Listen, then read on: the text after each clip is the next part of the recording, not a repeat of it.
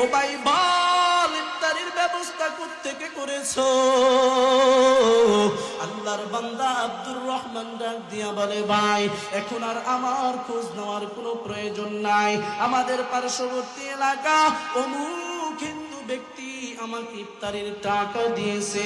সে বলেছে এই টাকা আর কোনোদিন তাকে ফেরত দিতে হবে না, চিরদিনের জন্য আমাকে হাদিয়া দিয়া দিছে।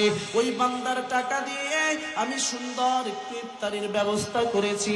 এইবার ওই কোটিপতি হিন্দুর বাড়ির দিকে দৌড়াইতে দৌড়াইতে হিন্দুর বাড়ির কাছে গিয়ে দরজায় নক করে বলতেছে, ও বেঈমান ভাই, আমার মুসলমান ভাইকে তুমি সহযোগিতা করেছিলা, কালকে তুমি ইফতারির টাকা দিয়েছো, এই নাও তোমার ইফতারির টাকা, তোমাকে আমি ফেরত দিয়া দিলাম। এইবার ওই হিন্দু ব্যক্তি ডাক দিয়া বলে, মুসলমান এত বড় কপাল পোড়া, সময় থাকতে তুমি মর্ম বুঝো নাই।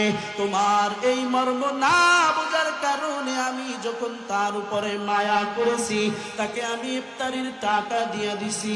তুমি তো আমাকে এখনো বেঈমান মনে করতেছো, কিন্তু এখন আর আমি বেঈমান নাই।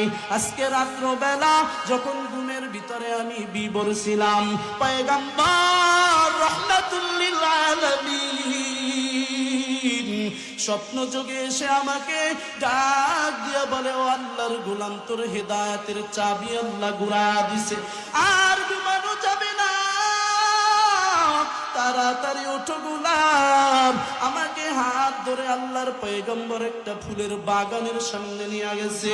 ওই বাগানের ভিতরে সুন্দর একটা জান্নাতের প্রাসাদ দেখা যায়। আমাকে পয়গম্বর দেখায়া দিছে, গোলাম তাকায়া দেখ, এই প্রাসাদটা আল্লাহ তাআলা তোর নামে করে দিয়েছে।